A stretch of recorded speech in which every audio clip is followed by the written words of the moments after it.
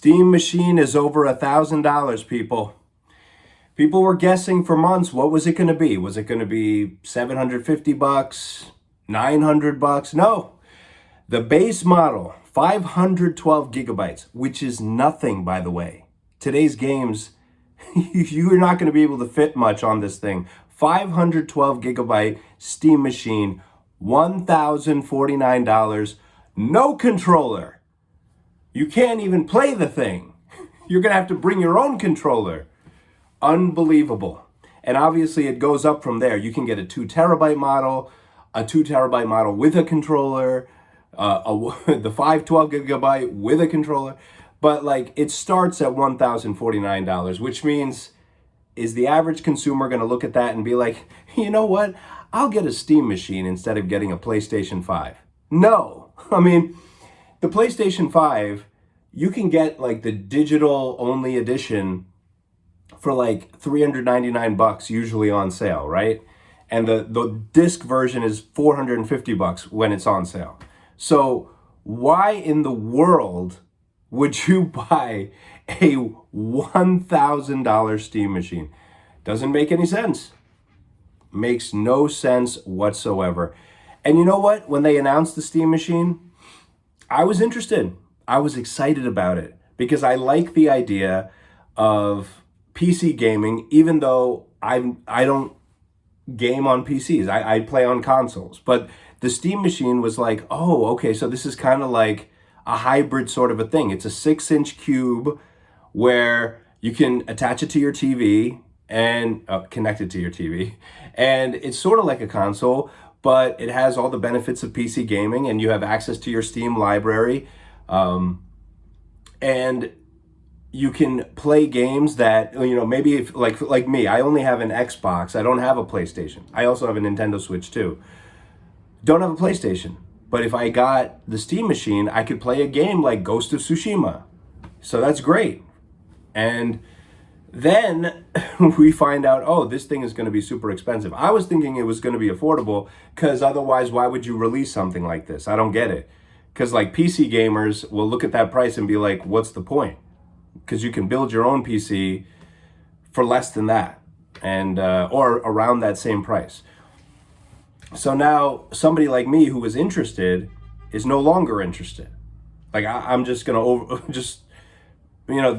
I'm just going right past it. You know, Steam Machine's out of my mind now. Now, the Steam Deck actually was something I was looking into, especially last year. They had the LCD version on sale for $310. And you know what? That was probably a good deal. I didn't get one, but I was like, you know what? If I didn't have any gaming consoles or anything, I would probably pick that one up. That sounds like a good thing, but now that's sold out. And the OLED versions of the Steam Deck, the prices for those things went through the roof. So now everything Steam related is crazy. So unbelievable. $1,049 starting price. Remember, you got to pay tax on that too. So that's even higher. And then if you want a controller, that's even more. Oh boy, you know, it's just insane what is going on in the gaming space, because you think that the next Xbox is going to be expensive. I mean, it's like what they're talking about in terms of their ambitious vision of what it's going to be. It's like a console PC hybrid where you can play your PC games and Steam will be on it and GOG will be on it, Epic Games will be on it on the next Xbox. So you got to believe it's going to be over $1,000. And so if you're the average consumer and you're like, should I buy a Steam Machine for $1,000 or the Xbox Project Helix for $1,000 or $1,200 or whatever? They're probably going to buy the Xbox, because at least Xbox, even though they're in a really weird space right now and they've been kind of floundering ever since the Xbox One reveal, they're still a more trusted brand. I mean, to the average person who doesn't know much. It's like, I know a lot of people love Valve and they love Steam and they love the Steam Deck, but like the average person is going to be like, well, I'd rather go with Xbox, especially if they have an Xbox library of games. You know, that's the thing. That can hook people in if they have a digital Xbox library. And Xbox does have a 25-year history where the original Xbox, a lot of people love that one. Xbox 360 was widely loved by like every gamer that ever lived. I mean, everybody talks about the Xbox 360 to this day. And yeah, then they kind of took a nosedive with the Xbox One reveal. And then the Xbox Series systems didn't sell that well. Although I have an Xbox Series X, and it is a great piece of hardware. I don't think anybody is saying like, oh, the Xbox Series X is a bad piece of hardware. It's great. I was just playing UFC 5 on it yesterday. And the great thing about the Xbox Series X, I know this kind of sounds like a commercial, but backwards compatibility. I can play games from the original Xbox on this thing. Like Splinter Cell Chaos Theory. I can play Xbox 360 games on this thing. Like, what was I playing the other day? The original Assassin's Creed, you know? That's actually the main reason I got an Xbox Series X. That backwards compatibility thing is huge for me. But back to what I was saying with the Steam machine. It's like, even if you're somebody who has a huge Steam library, I mean, you're a PC gamer, obviously, and you might even have a Steam Deck already, or a PC that you're playing on. So why are you going to go out and get the Steam machine? Other than to just be like, oh, I'm a fan of Valve and I like what they're doing and it's an interesting concept. It's like, why would you shell out $1,000 for this thing? I don't know who this is for at this point.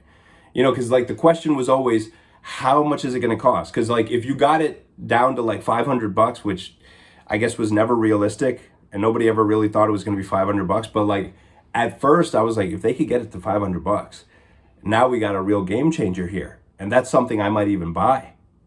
But then like everyone was like, oh, Linus Tech Tips apparently like talked to the people at Valve and they said it was going to be priced around what PCs are priced at. And so that's when people started being like, oh, okay.